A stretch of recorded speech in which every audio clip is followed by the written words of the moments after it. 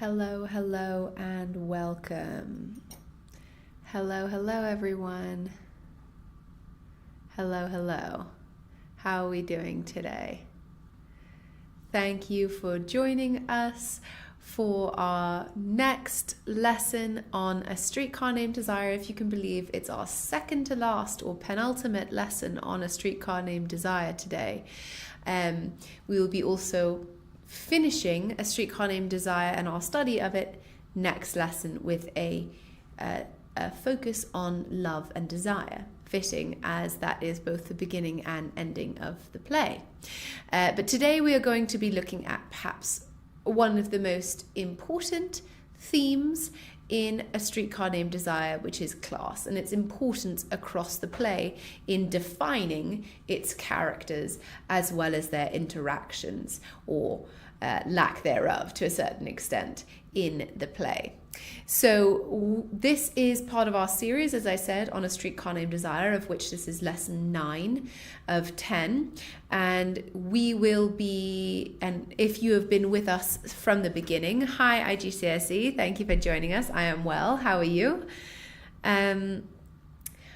Then you will know that we have covered ideas of plot, of modern tragedy, of context, of characters, and of themes across our study, and we have come to our study on class. That's not to say that we haven't spoken about class quite a lot, which we have done, absolutely, especially when thinking about the characterization of our characters, particularly the tension and relationships between Stanley, Stella, and Blanche.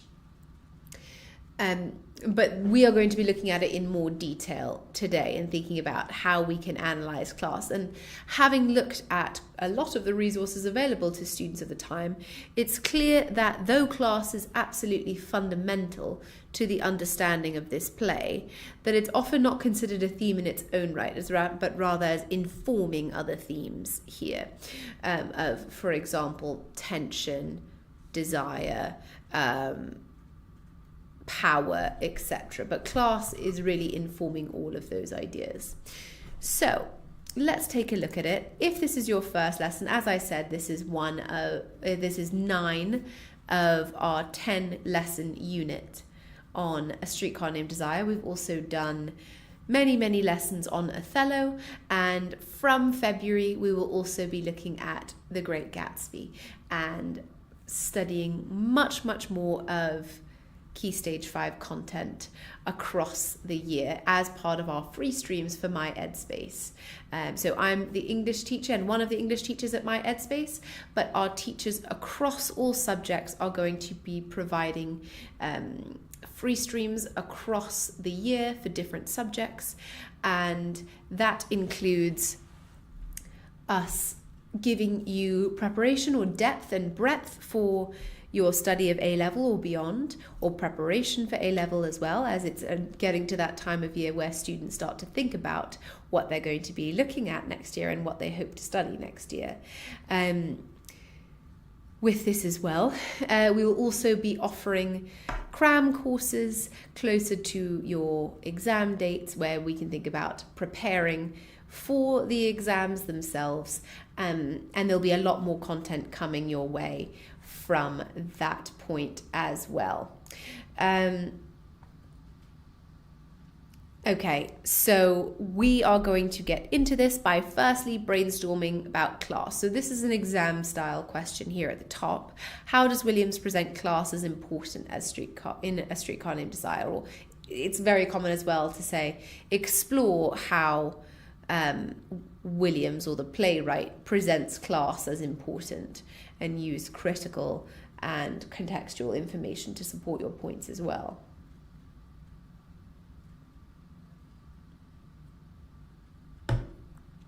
Okay, so feel free to put your answers into the chat for how class is presented, and we will build this mind map together, okay?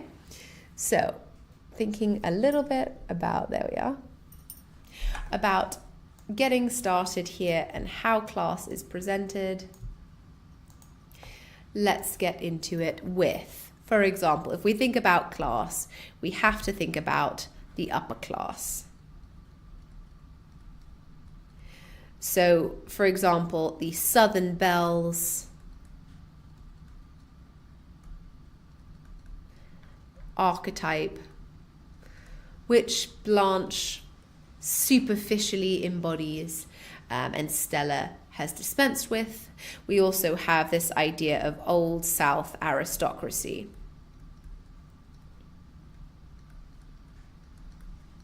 Particularly embodying what was in the South the highest class of people, which was the planter class. So people who owned plantations. Okay, this is the idea and the milieu of society that Blanche embodies in both her characterization, her language, and her behavior. However, this is a complex view. It's not uniformly evil and it's not uniformly good. It just exists as an idea, and over the course of the play, Williams seems to reveal to us, again, that it is a complex view, it's a nostalgic view, but it's also a moribund view. By that I mean, people look to it as this kind of a relic of the past, and moribund means it's dying out. So this idea of the ideas of the Old South, the South that Blanche recognizes and likes, is dying out. Partly because of the changes in society, partly because of the war, partly because of different attitudes of particularly the working class after the war, the great equalizing factor of the war, in that many people fought together and the previously rigid class structures were disturbed. So we've got Blanche as this idea associated with the Old South that is presented as moribund, nostalgic, to a certain extent frivolous or idealistic. But also there's a kind of latent power here that used to be a much stronger power. What's the strong power now? Well, it's this idea of New South. And this new heterogeneous America or USA that no longer puts up with the expectations and rigidity of the Old South aristocracy. So they have dispensed with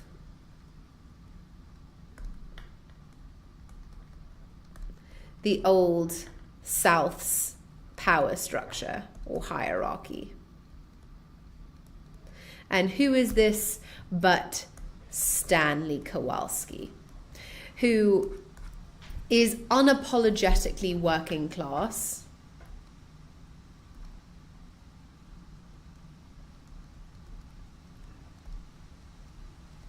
and seems to view this as even a good thing, right? This idea of being common as dirt. He's proud. He's proud of his history.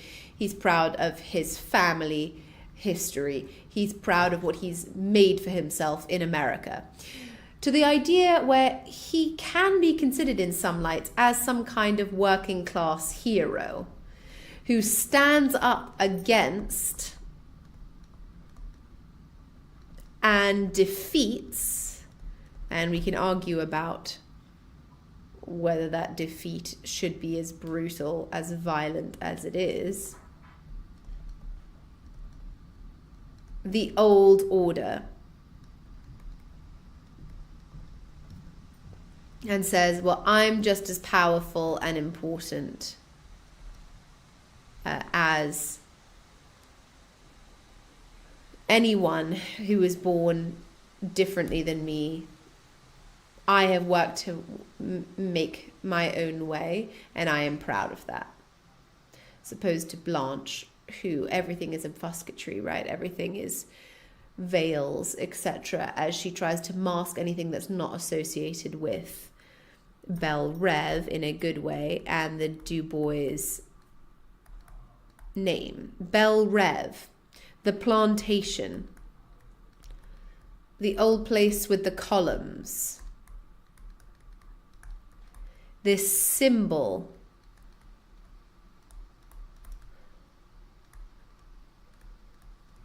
of upper class ideals that we know is literally and metaphorically lost.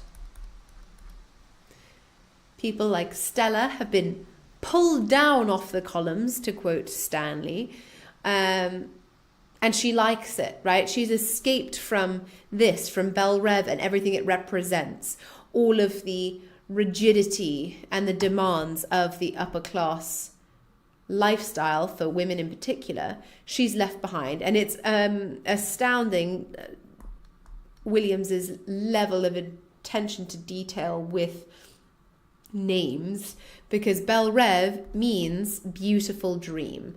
So this then really casts into question whether this Old South was real, or if it was only real for a select few, and for everyone else it meant struggle and hardship and oppression. Right? With this as well, we also need to think of Stella, who has left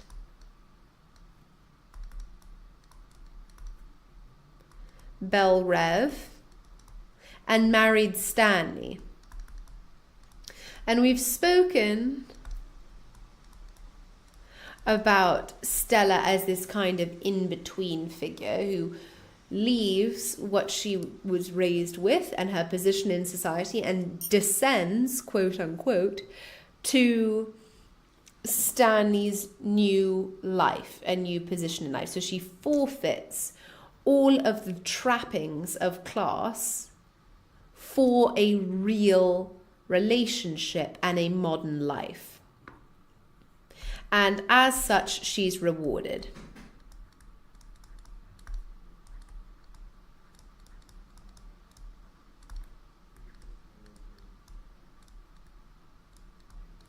And she is rewarded because she survives. Firstly, we've spoken about her as someone who embodies this idea of the survival of the fittest, right? She can see that Belle Reve is a dream, right? And can no longer exist in a way that Blanche is unwilling to accept. So with this then thinking about Stella as practical, as realistic, and as such, yes, she survives because she's given up her power in her previous relationship, and also helps to create this new generation who is a mix of classes, or we could say a bridge between classes. This is Stella and Stanley's baby, who has a working class father and upper class mother. Very similar to Tennessee Williams's own life. His mother was a Southern Belle type and was raised in an upper class household. His father was working class, and he describes the tensions in the relationship between them as being, in a way, from different worlds, which these were very distinct worlds at the time. If we think as well about this new social order, this explains why there's so much tension, right? People resisting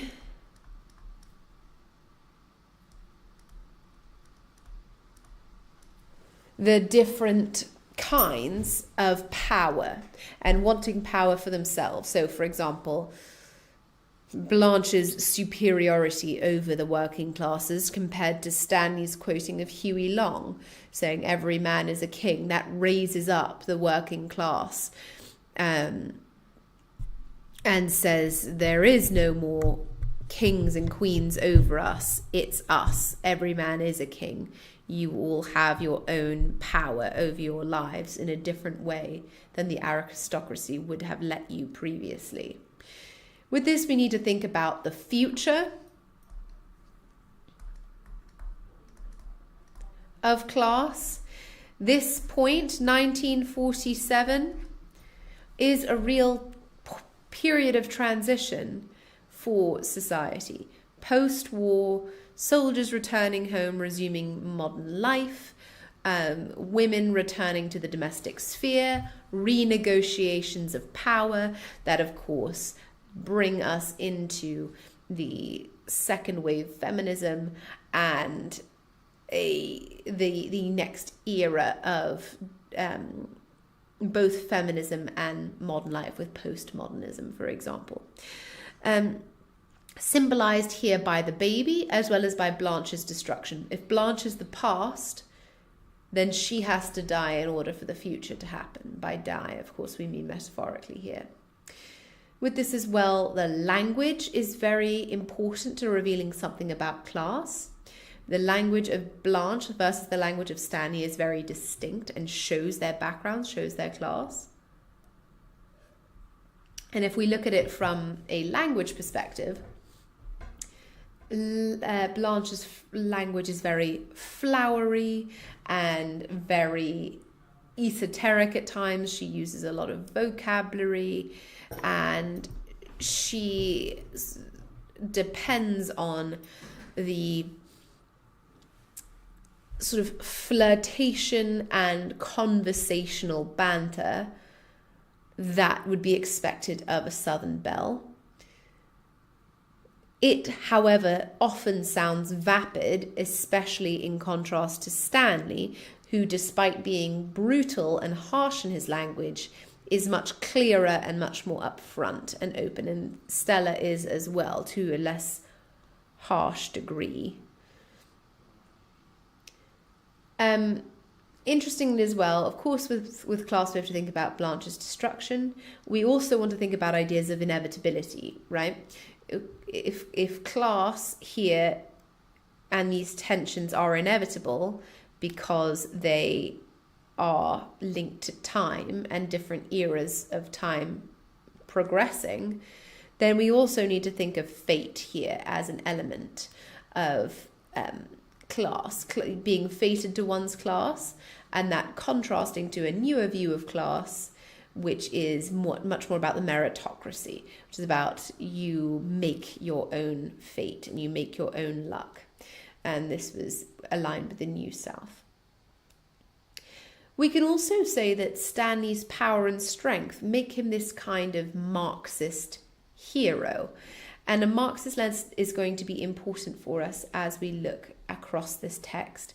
Marxist lens being one where we are looking critically at how class is presented here. Marxist, of course, coming from Karl Marx, a preeminent thinker in how class was analysed.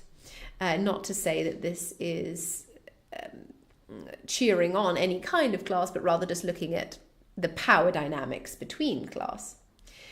And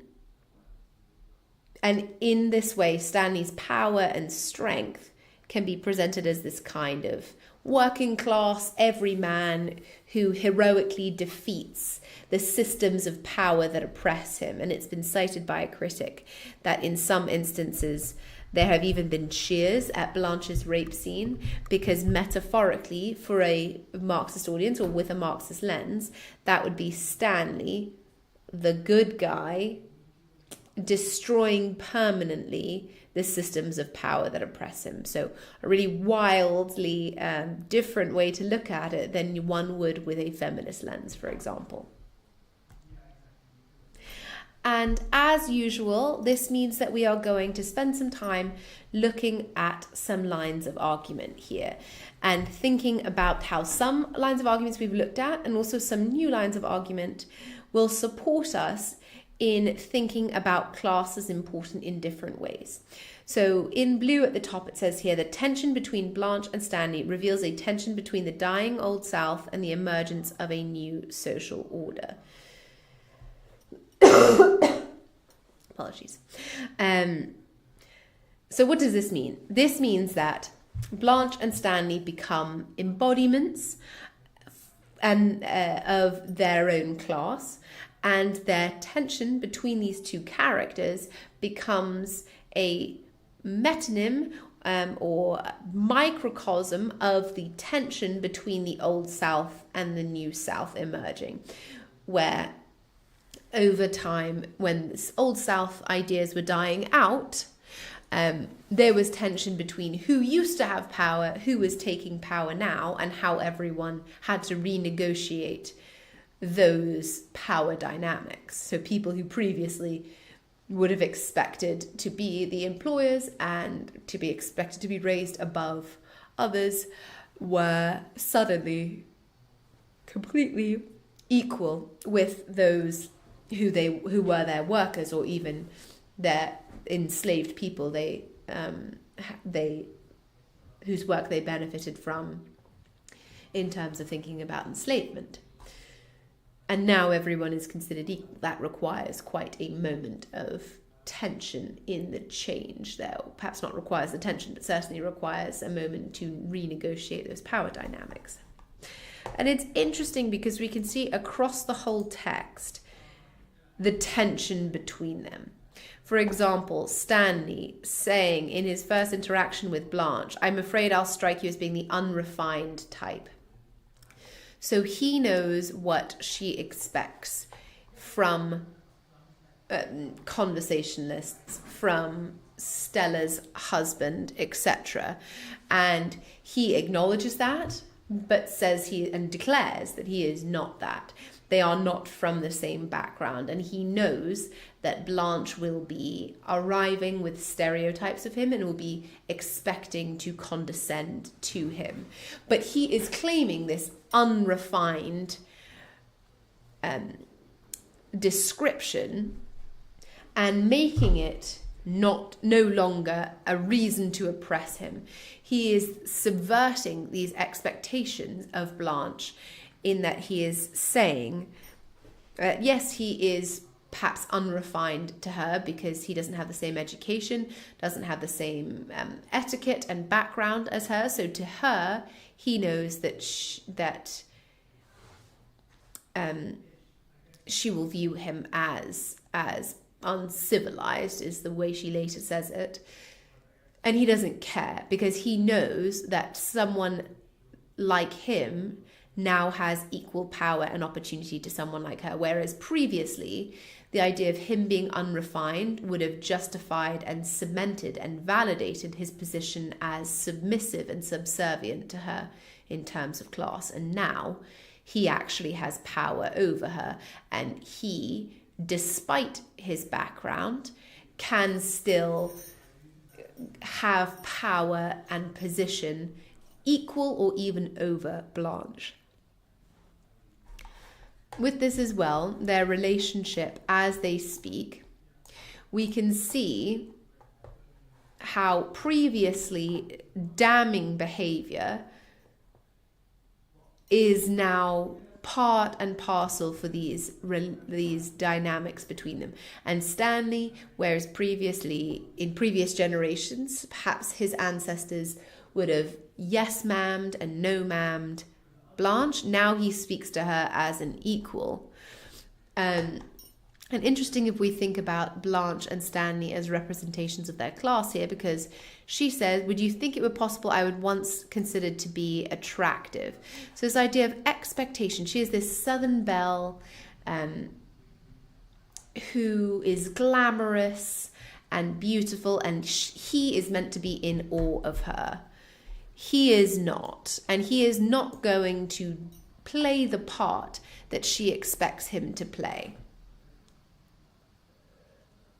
As a matter of fact, he is going to resist these roles because they are playing into the dynamic that she is used to and is nostalgic of these old South traditions of banter and etiquette. So when he says, I don't go in for that stuff, and I said, so what, etc. So these ideas of he is disregarding this old way of thinking and being, of the expectation of him to be fawning over her or to be polite with her. He doesn't have to do that, and he's not going to do that. And the idea that he feels complete agency in being able to speak about an upper class woman, and particularly to stop her from speaking, to silence her in a way, by refusing to engage in the power dynamic of him serving her purposes here. And we notice particularly here as well this idea of attractive, glamorous, and this Hollywood glamour stuff, and some men are not. And if we're thinking about Blanche as a kind of representative of the upper class in the Old South, what are we thinking? That we're thinking this idea of glamour is actually a kind of glamorous nostalgia for the Old South. So in a very Gone with the Wind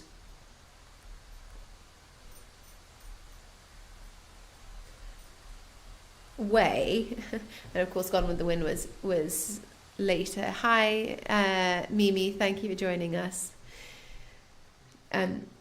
We have to think about the fact that her attraction and her glamour has to do with the fact that she is still this figure, this relic from the past, but her beauty is fading. Notice she even says it, this once considered to be attractive. So this idea of her trying to test his allegiance to these old world values, and him refusing to play the role she expects, and that her nostalgia for the glamour of the Old South is not something he is going to engage with. As a matter of fact, this idea of the glamour for the Old South, the only people who want to go back to this, as we saw when we looked at context, are the planter class. So the working class suffered, and the planter class, or the elite,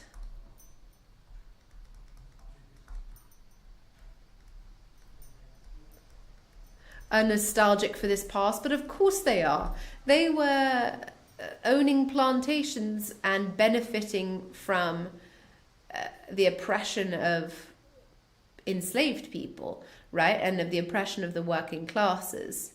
Mimi, this is for Key Stage 5. So year 12 and 13, or anyone. So if you're willing to learn and ready to learn about A Streetcar Named Desire, then this is absolutely for you.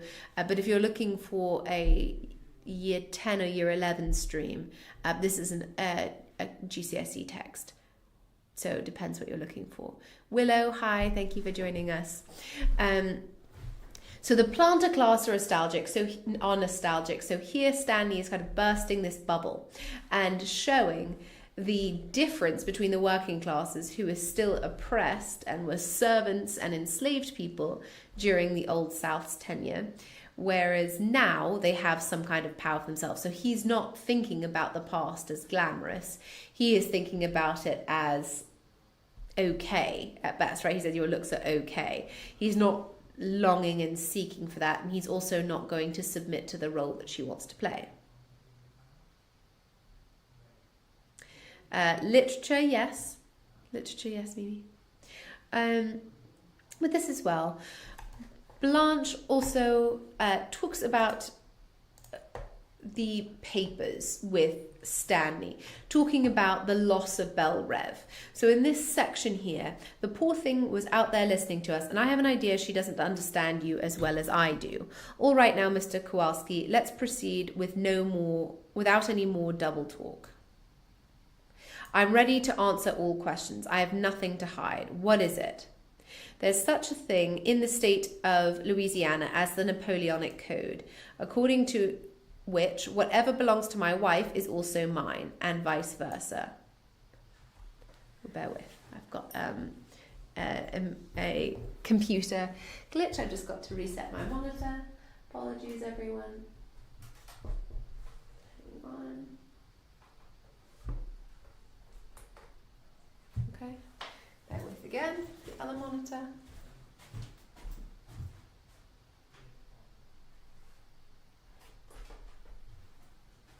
Okay. Sorry, team. So, this idea of the Napoleonic Code, according to which whatever belongs to my wife is also mine. So this idea of claiming a portion of Belle Rev. And then when she sprays herself with the atomizer and sprays him with it, and he seizes it and slams it down on the dresser and says, "Don't play so dumb."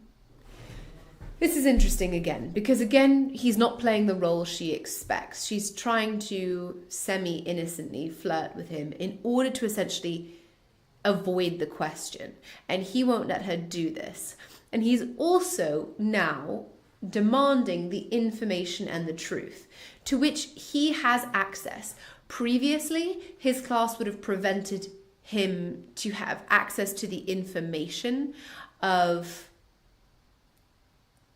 the Napoleonic Code, etc. But also,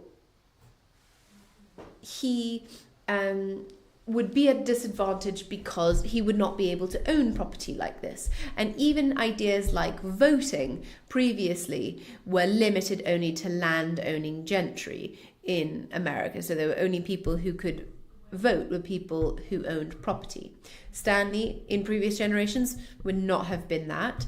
But now, he has more access to information and education that the upper class otherwise would have kept from him. And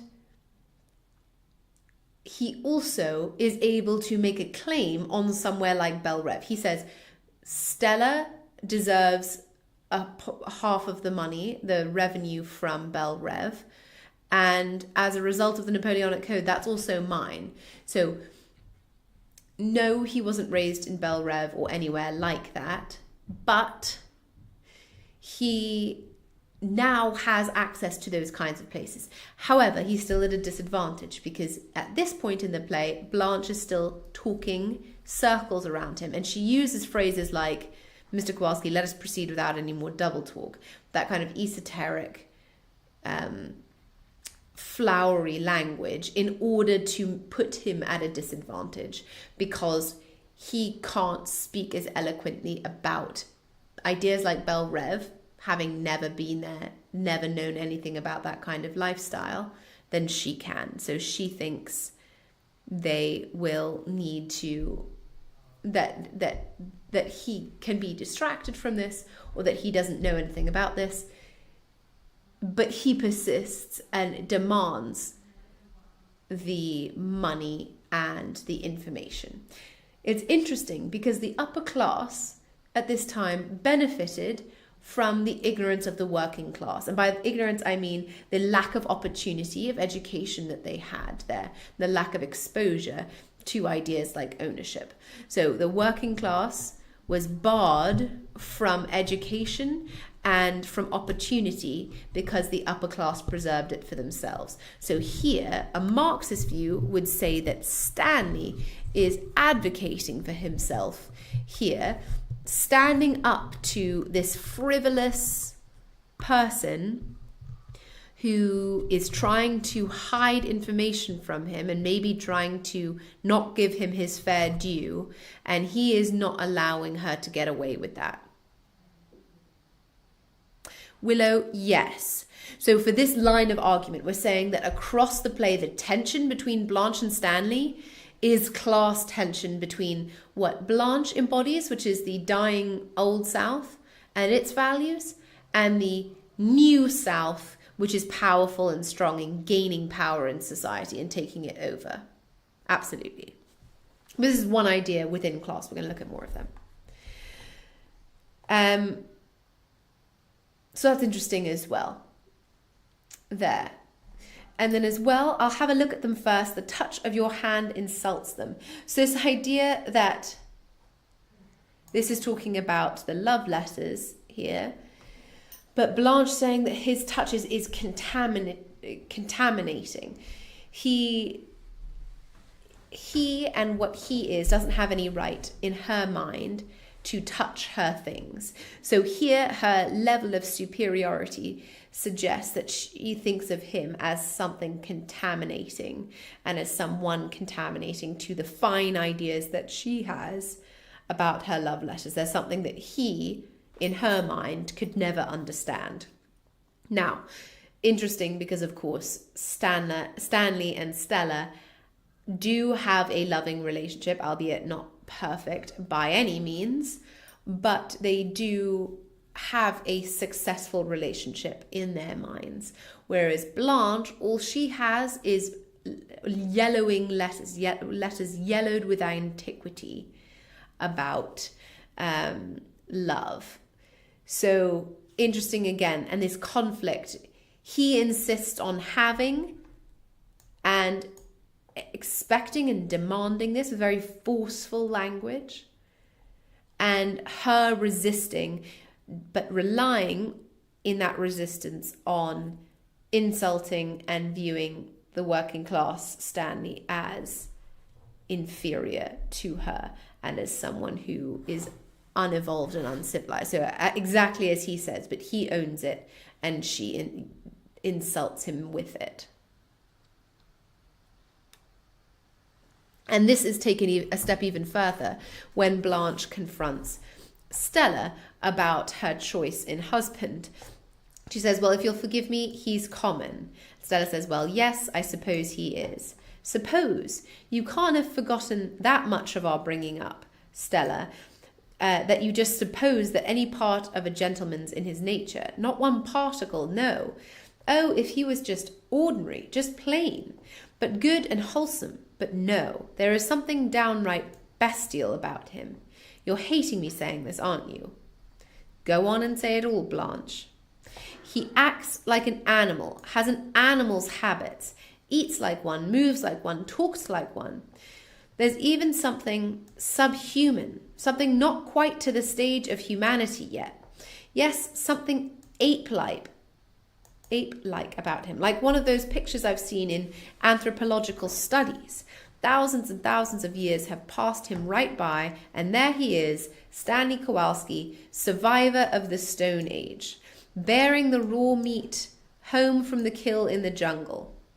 And you here, waiting for him. Maybe he'll strike you, or maybe he'll grunt and kiss you. That is, if kisses have been discovered yet. Night falls and the other apes gather. There in front of the cave, all grunting like him and swilling and gnawing and hulking. His poker night, you call it, this party of apes.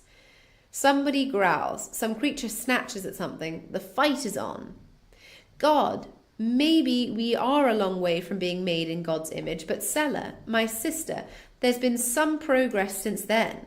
Such things as art, as music and poetry and music, such things of new light have come into the world since then, and some kinds of people, some tenderer feelings have had some little beginning, that we have got to make grow and cling to and hold as our flag in this dark march towards whatever it is we're approaching. Don't hang back with the brutes. So again, this is all very interesting here, because this is the embodiment of the upper class's views of the working class in the Old South, that they are uncivilized, unrefined, animalistic, untrustworthy, completely disparate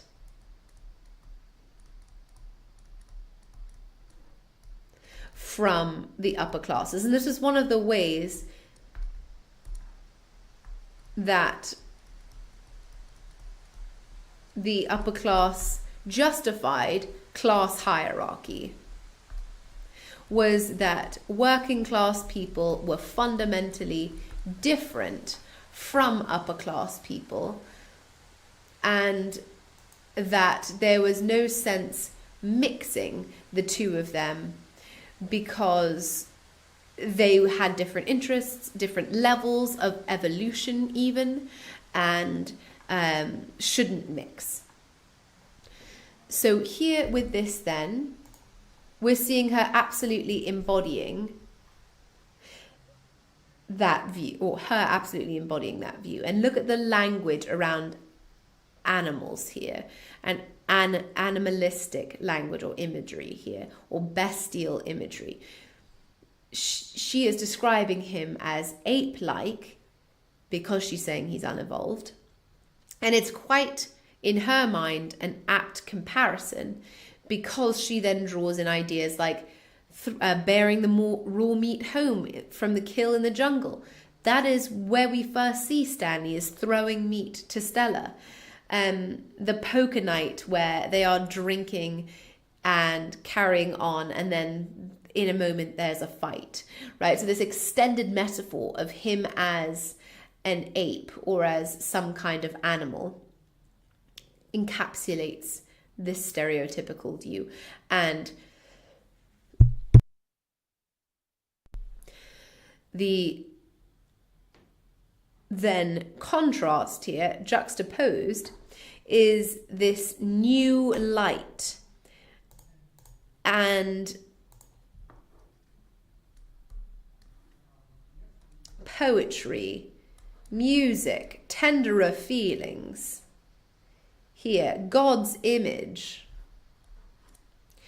These ideas here are the juxtaposed view of the upper class as evolved, as literary, as human. So then we can see here in a really strong contrast the othering of the working class. And later we're going to see Stanley resisting this kind of language violently, yes, but saying, calling him a pig, etc., and a brute. We're not having any more of that. That really is a moment of class disruption and resistance against the stereotyping of the upper class and the oppression of them. And interesting then, finally, we've got this juxtaposition, and then we've got this dark march towards whatever it is we're approaching. Really interesting there, because that is the cynical view of the future of the upper class, looking at these changes. So that is encapsulating the view of the upper class about the new South and the new social order. Dark march towards whatever it is we're in, that ambiguity and uncertainty and destabilization. Don't hang back with the brutes.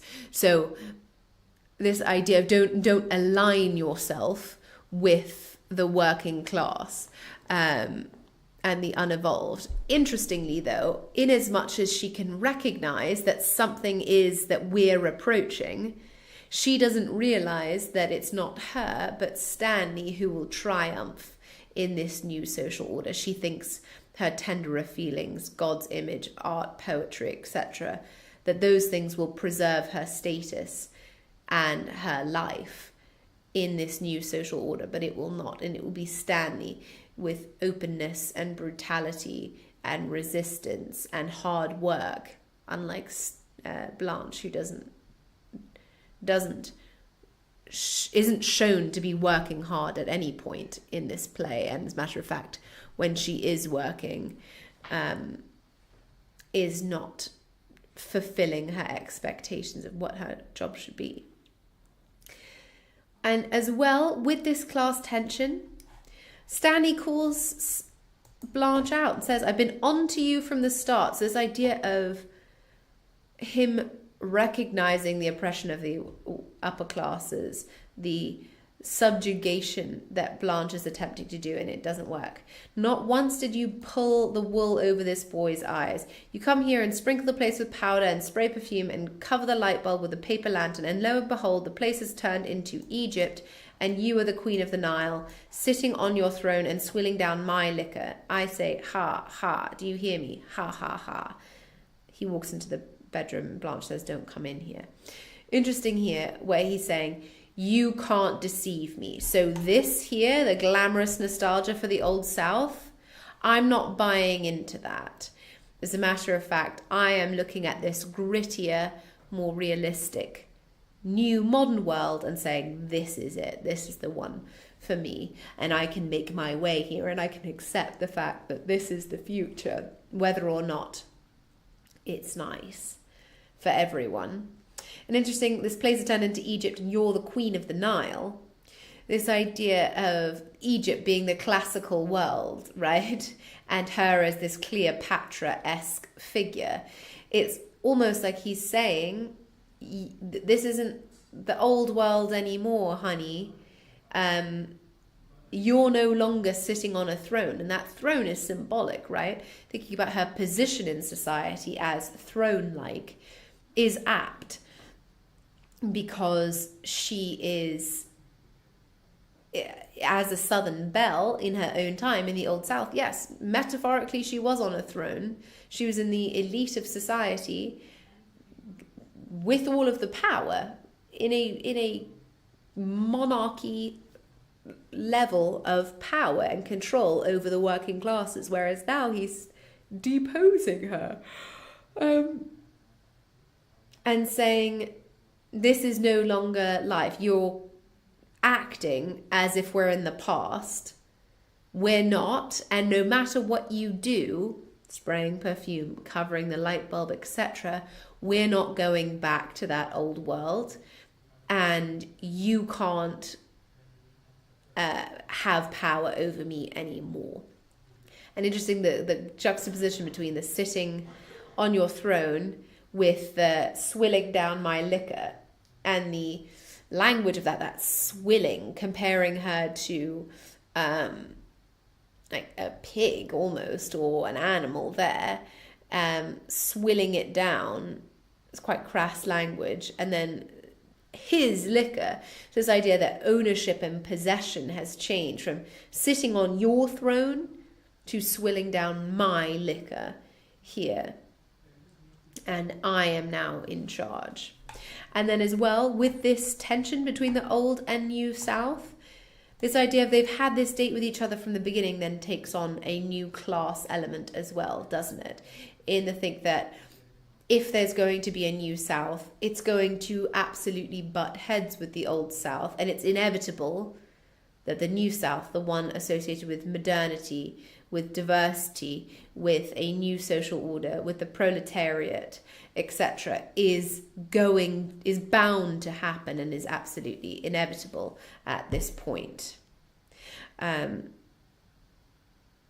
So that brings us to that first argument, and here are some quotations from Vlasopoulos and this article, Authorizing History, Victimization in a Streetcar Named Desire, that speak to this idea of the tension between Blanche and Stanley as having class roots. So, interesting, the savage rejection of Blanche combines with the discomfort of identifying with her destroyer and accepting the circumstances that make him triumph. So the fact that Blanche is harshly rejected, and that we, if we're thinking about class and generations, have to align with Stanley, not least because we know he's going to triumph because he is a symbol of modernity,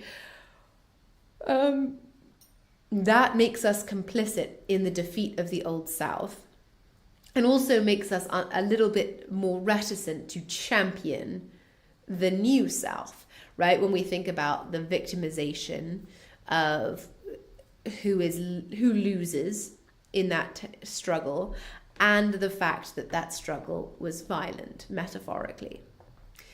Then the hidden determinism, so this idea of things being determined, ultimately uncovered in the play, has less to do with the history of the South as we now have it than with the gender-determined exclusion from a larger historical discourse. So that's interesting as well. So we could use this as a counter argument and say, well, actually, it does have something to do with the history of the South, because Stanley is the voice of the future, and Stanley is now, whereas Blanche is the past. But we can also think about this gender-determined exclusion. So Blanche then not being broadly the planter class, but the more silent, forgotten about victims that are not usually in that larger historical discourse. So in history, the women who were disempowered in the Old South, but also in the New South. So this idea of women not having power, even if some people gain power in this New South, for example, the working class, that's not a monolith. And same for this next one. As they contest each other's interpretive authority, Blanche and Stanley resort to similar emotional and linguistic strategies in order to gain ascendancy. So they're struggling using the same kinds of tactics. Only here, perhaps, does Williams provide a clue about the outcome of the play. The name Blanche, being both white and blank, the name seems predetermined to succumb to inscription, to be made other than itself, and it foreshadows Stanley's ultimate triumph.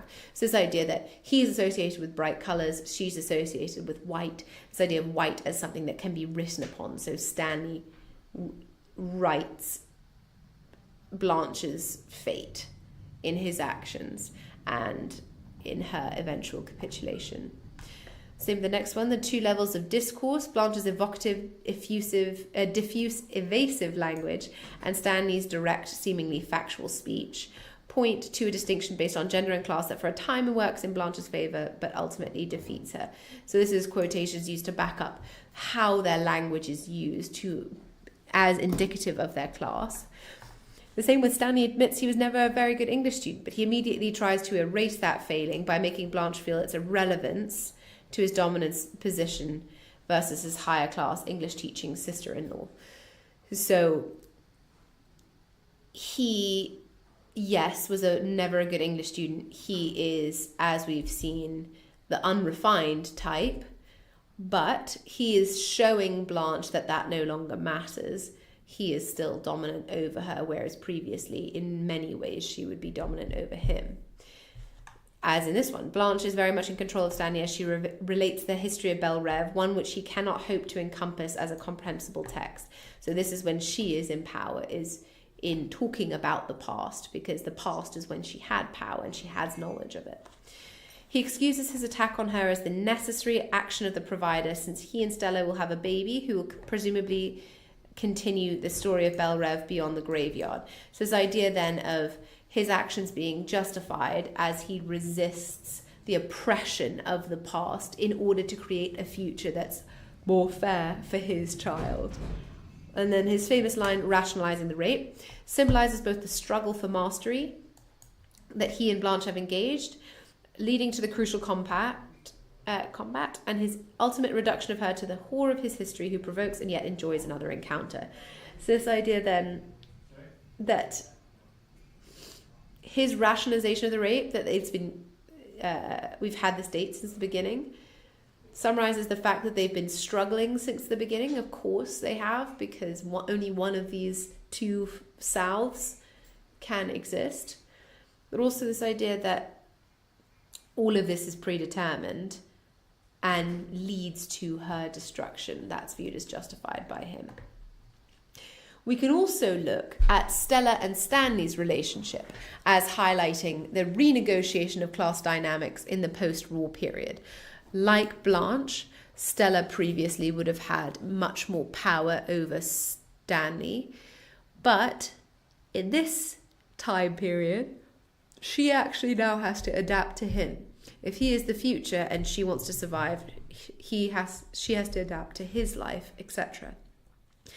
And where she used previously would have been able to lord over him in terms of class, now she has to accept and mix in with him.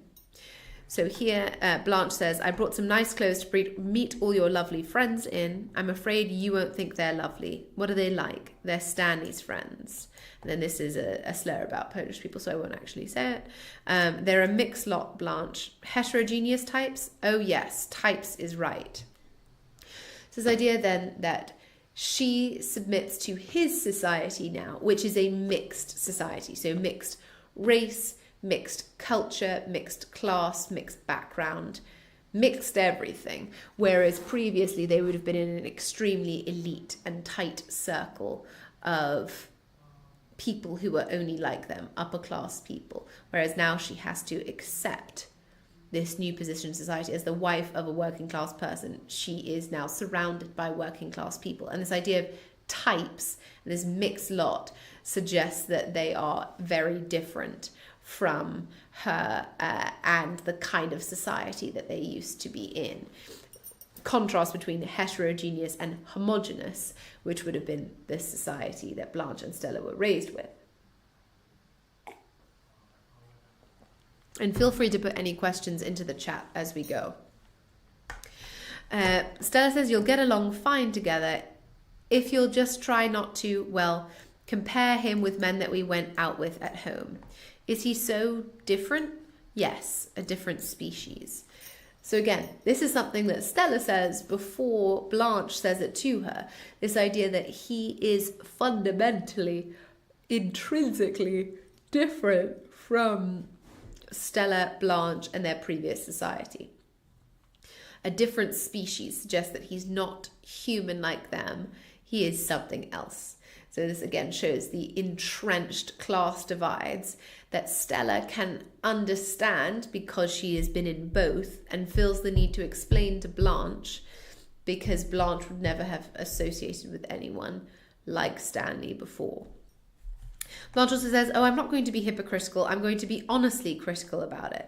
Never, never, never in my worst dreams could I picture. Only Mr. Edgar Allan Poe could do it justice. Out there, I suppose, is the ghoul-haunted woodland of Weir. She laughs. No, honey, those are the L&N tracks. So here, the dynamic between them is clear because Blanche views the neighborhood and the apartment as something out of a horror story. It's literally Edgar Allan Poe, the father of the Gothic. So Gothic linked with decay, with madness, with disruption, with ghosts, etc. This and Weir are also linked to the American Gothic, which is a literary genre that describes particularly the decline of the South. So it's like she's saying, this is like a cemetery, this is horrible. And it makes sense because the neighborhood they're in is cemeteries, right? So here then we think of her as viewing this as out of a Gothic horror story. Or to us something that almost would be considered something dystopian. So this is the worst presentation of the warning of what would happen if we give in to our animalistic side, for example, in society. And Stella sees this in a much more clear way. She said, those are the railway tracks behind here. Stella describes it simply, rationally, calmly as, well, there are railway tracks nearby. That's what you can hear. That's the noise.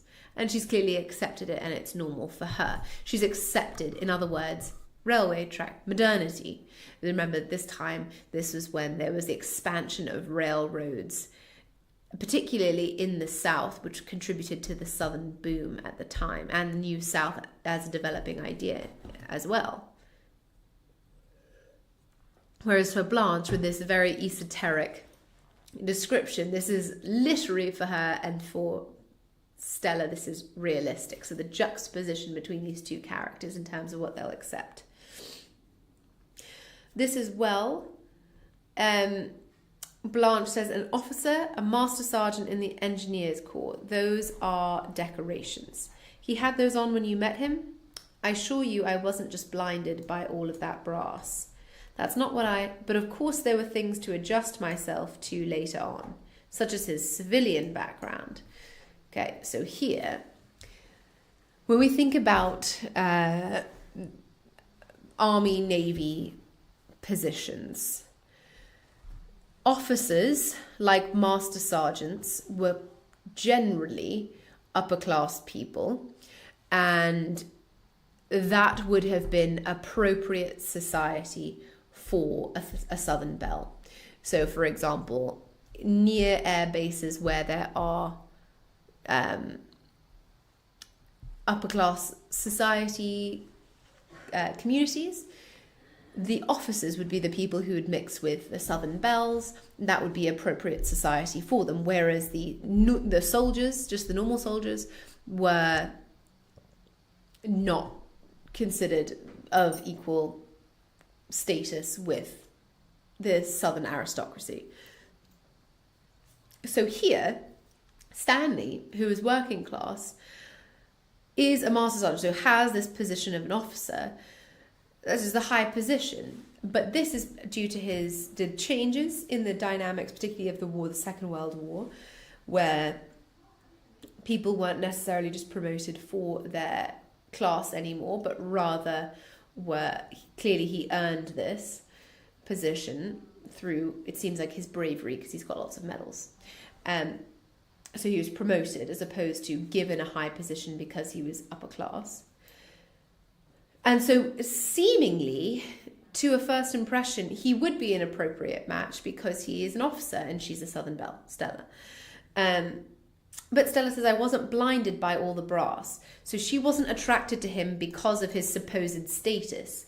It's implied she's attracted to him because of his sexuality, his physicality, and him as an escape from what she knows. And yes, she said there were things to adjust myself to later on. So she's saying that there were class differences between her and her husband that she had to get used to after they were married or later on. So though he looked the part of a gentleman in his army regalia, he wasn't one, and there were deep class differences between them that required a renegotiation between them. And his civilian background is, yes, well, he may be an officer, but he's also working class. So that's what she's saying, is you had to get used to the fact that he was working class and would behave the way that Blanche and Stella would expect a working class person to, based on the stereotypes they would have seen. Hi, Carla. Thank you for joining us. And to a certain extent, Blanche seems to accept this for a minute. Oh, well, he's not the type, just not the type that goes for jasmine perfume, so doesn't appreciate expensive, nice things, is what she's saying there. But maybe he's what we need to mix our blood with now that we've lost Belle Rev. We thrashed it out. I feel a bit shaky, but I think I handled it nicely. I laughed and treated it all as a joke. So this idea that she is saying, well, our old society is finished. We no longer are in this group, and this group of people who are part of our society no longer exists. So now that we have lost our status, maybe we do need to survive by mixing with other people who otherwise we absolutely would not have done. There's this idea then of self-preservation or inter-class marriages suddenly being acceptable to her because of their loss of position. Stanley also talks about the beginning of his relationship with Stella when he says, when we first met, me and you thought I was common. How right you was, baby. I was common as columns. I pulled you down off them columns, and how you loved it, having them coloured lights going. And wasn't we happy together? Wasn't it all okay until she showed here? That's actually incorrect quotation. That common, it should be common as dirt. So I'm going to correct that now. That for some reason has got duplicated here. Common as dirt. Here. So him admitting his own status here compared to her, and the columns then being symbolic of the architecture and style of plantation houses, which were classical structures for the most part. So big columns looking like the White House, if you've seen any pictures of that or seen it in real life before.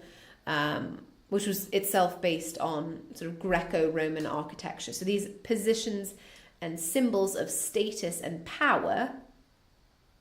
And she said, I pulled you down off them columns. So I pulled you down. I pulled you off what all those columns represent.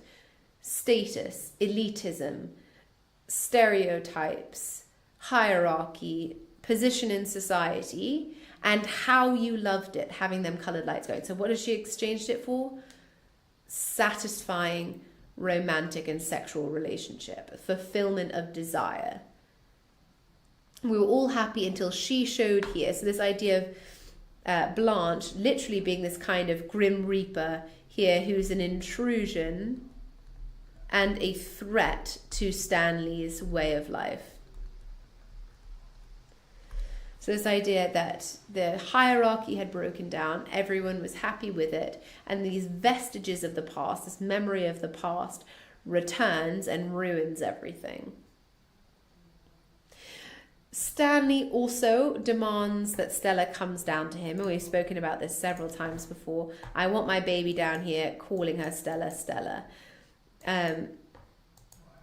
This idea of his needs now being fulfilled, him requiring her with that pulled you down off them columns, I want my baby down here, etc. She escapes after he's beaten her, and she comes back, but she descends again to his level. So it's not that he raises himself to her, but rather that when she tries to rely again on the power and protection of the upper class, that it doesn't work. And thus it shows the futility and the renegotiation here of class dynamics, in that the old world no longer applies. Stanley also says, well, it's a red letter night for both of us, which is an important night for both of us. You having an oil millionaire and me having a baby. The oil millionaire is this idea of the American dream in a different font from me having a baby. So both of these are the fulfillment of the American dream in different ways. Making it financially, and solidifying one's place as an American by having children in America and becoming a citizen and becoming part of the American fabric here. So him having a baby is an important day for him because it justifies his position in society, and it shows that he is going to survive. Unlike Blanche, who doesn't have a stake in the future of America, he does. And the baby is going to carry on his name and guarantee that he lives on in the American story. Willow, could we argue that him calling her baby is him acknowledging that he can control her actions, just like how we try and control babies?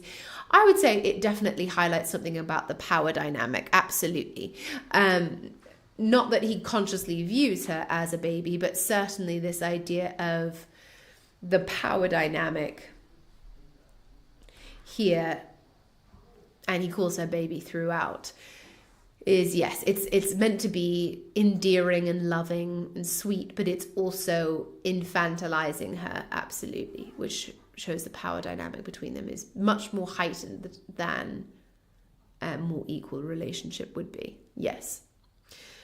Then, again, the focus of Stella, in the final scene, her sister is destroyed and taken away physically, but Eunice descends to her. So again, this idea of people now descending to her. She is now in this egalitarian playing field. She has solidified her place in the working class now, marrying a working class person, having a working class baby, and places the baby in her arms. So she's had to get rid of her sister, but we can see what her responsibility is now. It was either death, like her sister, or life with Stanley and the baby. And this, again, ensures that she will be able to mother and birth this new generation of children and Americans who have now disrupted the class hierarchy, and this baby serves then again as a bridge between the classes. The fact that it's wrapped in a pale blue blanket for a writer in 1947, this would mean boy, right? So it's also a boy, this fact that she's passed on to the next generation. The new Stanley, baby Stanley, is now taking center stage, and this is the final image we see is of the baby here. This is survival embodied, and Stella accepts the child sobbingly. So she may be unhappy about Blanche, but she's not rejecting the baby in that moment. She takes the baby. Thus, clearly there, she's made her choice. It's not her sister, it's the baby, the future, life, etc. that matters. It's the same with, again, in that final scene. I couldn't believe her story and go on living with Stanley. Don't ever believe it. Life has got to go on. No matter what happens, you've got to keep going. So this idea of the need to choose. Are we going to continue to fight a losing battle, or are we going to move on, accept it, and live in this new social order? And then Stella to Blanche as well, when she resists Blanche's criticism and superiority over Stanley. Don't you think your superior attitude is a bit out of place? So this idea of Blanche, who essentially has nothing now. She has no prospects, no family, no power, no money, etc. I'm not feeling or being or feeling at all superior, Stella. Believe me, I'm not. It's just this. It's how you look at it. A man like that is someone to go out with once, twice, 3 times when the devil is in you. But live with, have a child by. I have told you I love him. Then I tremble for you. I just tremble for you. I can't help your trembling if you insist on trembling. Well, if you forgive me, he's common. Yes, I suppose he is. So this idea that I can't stop you from resisting what's happening if you insist on resisting it. Stella here is almost warning Blanche that if you continue to make a fuss, like, this won't work for you, really. Whereas Stella has made her choice again, and has chosen it and doubles down on, when it's questioned, doubles down on it, chooses love, chooses child, and resists all this trembling. The trembling being this upper class resistance to the new social order. And Williams says about this that it's out of regret for a South that no longer exists that I write of the forces that destroyed it. So here we can see his own thinking about this. This idea that he is not fully championing Stanley and what Stanley represents. He regrets the loss of this Old South, even if it was inevitable, but also talks about the forces that destroy it, the Stanleys that destroy it here. And these forces not just being Stanley, but also time, circumstance, history, right? Blasopoulos also says, though few readers and viewers side with Stanley, many agree with Eunice's assessment. Life must go on, and the trinity of Stella, Stanley, and the baby at the end represent life. So that's that idea of survival of the fittest again, isn't it? The trinity, literally, and the nuclear family image of it at the end as representing who is surviving, where it's clearly Blanche fading and disappearing into the distance, is dying to all intents and purposes.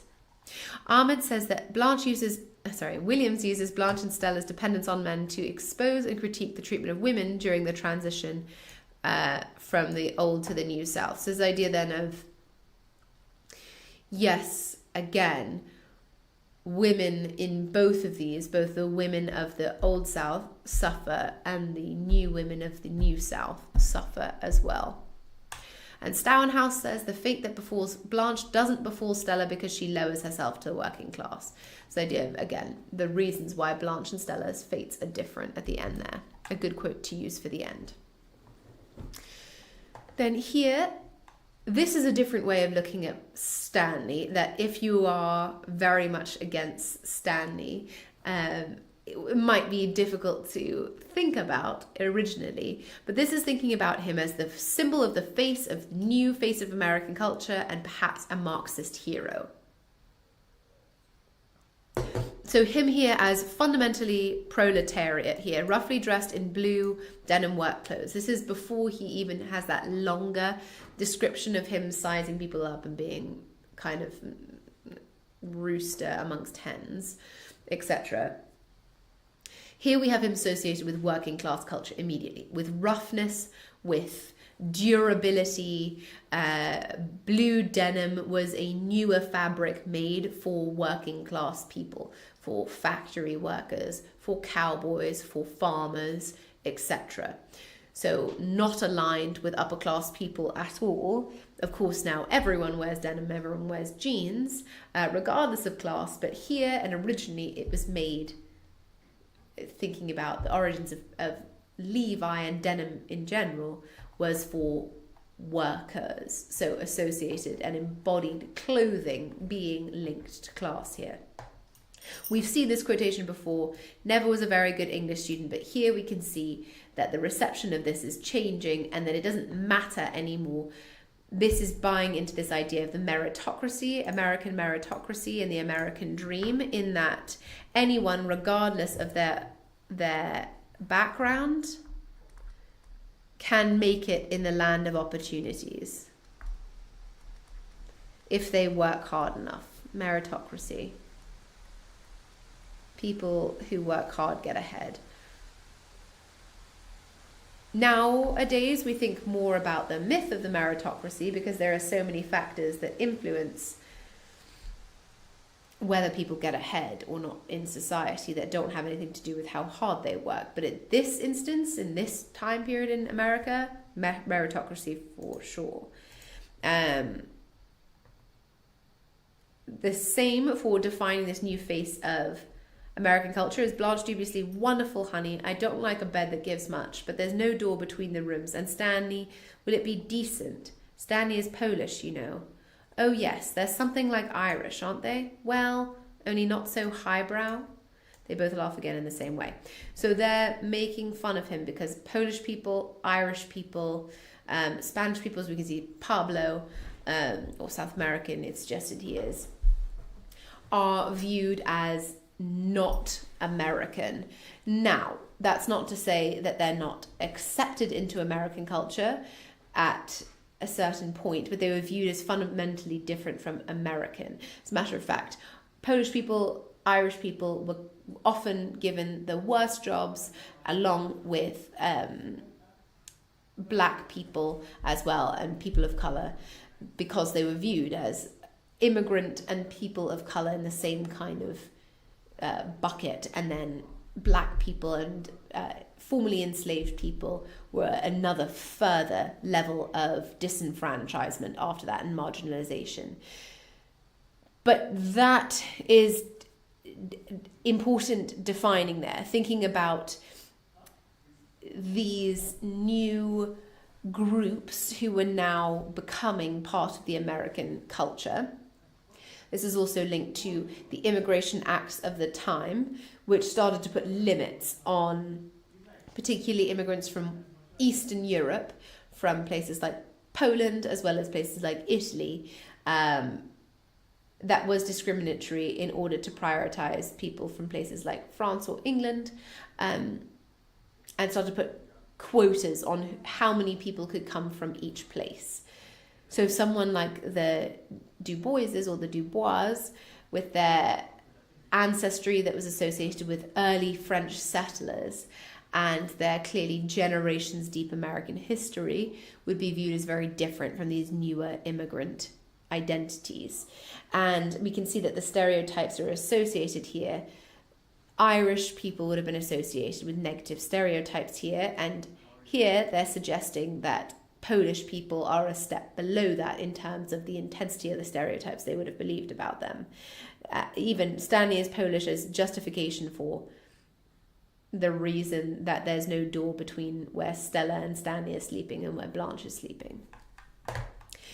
Again, master, so someone who can now get ahead, who previously would not have had this position in society. Stella also says Stanley's the only one of his crowd that's likely to get anywhere. It's a drive he has, this idea again of meritocracy that we've seen. Blanche says, I take hot baths for my nerves, hydrotherapy they called, you healthy, and again, I'm not going to say that word because it's a slur for Polish people, or derogatory for Polish people. Without a nerve in your body, of course you don't know what anxiety feels like. I am not a blank. People from Poland are Poles, not blank. And what I am is 100% American, born and raised in the greatest country on earth and proud as hell of it. So don't ever call me that. So then, interestingly, because he buys into this American story 100%, and he defends himself from the stereotypes and redefines this as something to be proud of, his Polish heritage, and this clash between stereotype view here and reality. He's defending himself and escaping in his mind, speaking up to the stereotypes and the oppression of the upper classes here. And he also says, I'm not firstly Polish, firstly I'm American. So this idea of this identity of his being associated with American culture. And again, Marxist hero, because he views his identity as equally important as her much longer established aristocratic background. Again, here, this idea of the throne and the Queen of the Nile, pointing us now to this idea of possession and ownership now, standing up to the injustices of the upper class, not being convinced by their lies and deception, and now laying down the law for who is taking advantage of whom here. Stanley says it's going to be all right after she goes and after you've had the baby. So this idea that once the threat to his marriage is rid of, and once they've had the baby, this idea of the continuation of this American culture, their happy family, them fulfilling the American dream in being there, being able to raise your children, be part of America, becoming American there. The same with this is who we need to mix our blood with. Again, we've seen this. He is now the new America here. And he can marry into aristocracy and not be oppressed by it and still be able to be completely 100% himself. When they make fun of him and are judgmental of him and show their prejudice, who do you think you are, a pair of queens? Remember what Huey Long said, every man is a king, and I am the king around here, so don't forget it. Does he... Excuse me. Does he respond with violence? Absolutely. Is that something a Marxist hero would be championed for? Yes, because they're saying, look, he's resisting the stereotypes. He's resisting against the unfairness of the system. He is advocating for the workers' rights here. He is the mouthpiece for the working class in a very sort of Inspector Gould way. And then here we have him celebrating. A geyser of foam shoots up. He laughs happily, holding the bottle over his head. Rain from heaven. Shall we bury the hatchet and making a loving cup? And this is our red letter night for both of us, me having a baby. Special occasions. The silk pajamas I wore on my wedding night. When the telephone rings and they say, you've got a son, I'll tear this off and wave it like a flag. All both entitled to put on the dog. So this idea that him having a son in America is him making it American. We've seen that this baby is the future for him. It's his way of achieving immortality because this child will pass on his surname and thus will ingrain him into American culture for many generations. So in a way, he has made it. That's why he's celebrating. The link with the wedding night showing the extent of which this is a special occasion. The bottle cap. It's not champagne, but it has a kind of champagne feel of celebration and excitement here. And this idea of waving it like a flag, this is almost a patriotic moment for him here, that he feels that his wife having a son in this country is a patriotic thing. And then Stanley as well, talking about the war later. You know what luck is? Luck is believing you're lucky. So such American dream and meritocracy language here. Take it Salerno. This is where he won his medals in World War II in Italy. I believed I was lucky. I figured that 4 out of 5 would not come through, but that I would. And I did. I put that down as a rule. To hold front position in this rat race, you've got to believe you're lucky. So this is, again, the language of the American dream. You've got to believe in yourself as being able to achieve the American dream, and you will. And it's a rat race. So you've got competition and drive, which Stella says Stanley has. You've got to fight for it and not give up and achieve this.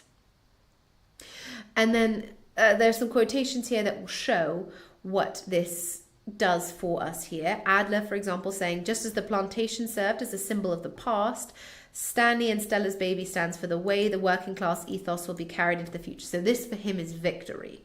Vlasopoulos, the authority of history is on Stanley's side. So again, he's the winner of this battle. Barnes says Stanley is the animal, the brutal, surviving life force in mankind. Vlasopoulos again. Ultimately, Stanley's authority derives from the same sources which most of us are forced to acknowledge in one way or another all our lives. Physical violence, intimidation, and above all, economic domination. And Vlasopoulos goes on to say, this is part of the victimization of Stella and Blanche, is that as women in this time, they don't have their own financial independence. Says that Stanley triumphs. Bloom says Stanley cannot be blamed for protecting his marriage against the forces that would destroy it. So again, this is a Marxist hero. Him saving his family. He's the working class man who saves his family from things that threaten it and triumphs at the end. And Quirino describes him as the master player and Darwinian survivor who controls all because he survives, again, not just at Salerno in the war, but in this play across the ideas here.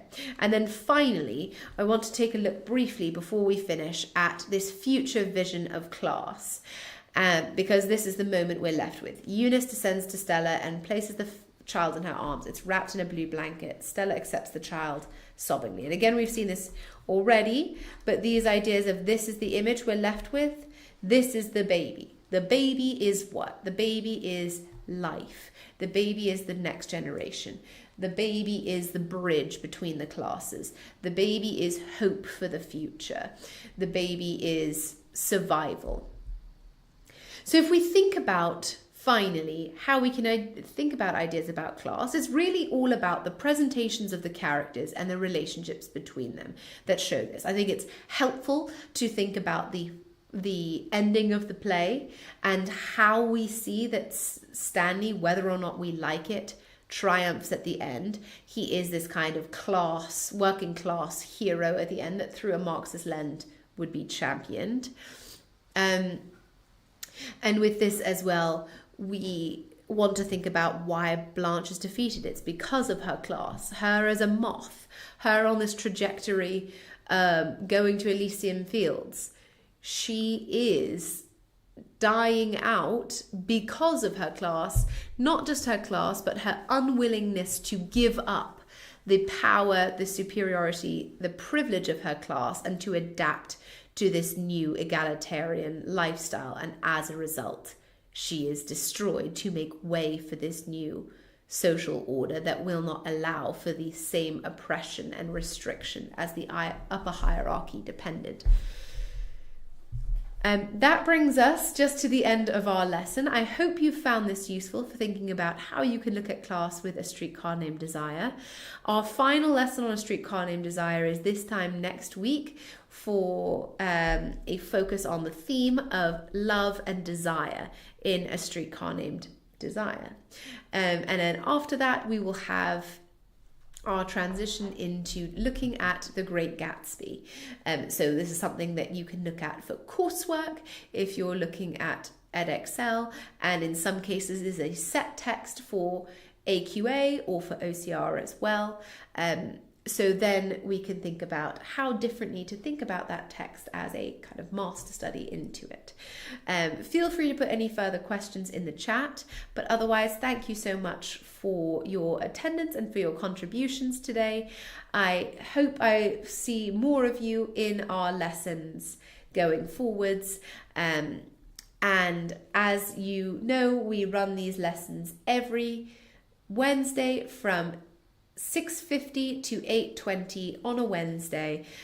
Subscribe and you will get notifications for when I'm going live. There'll also be a lot of extra content here on YouTube and also in our My Resources page for My Edspace. Just search My Resources and the text and you will find information on it.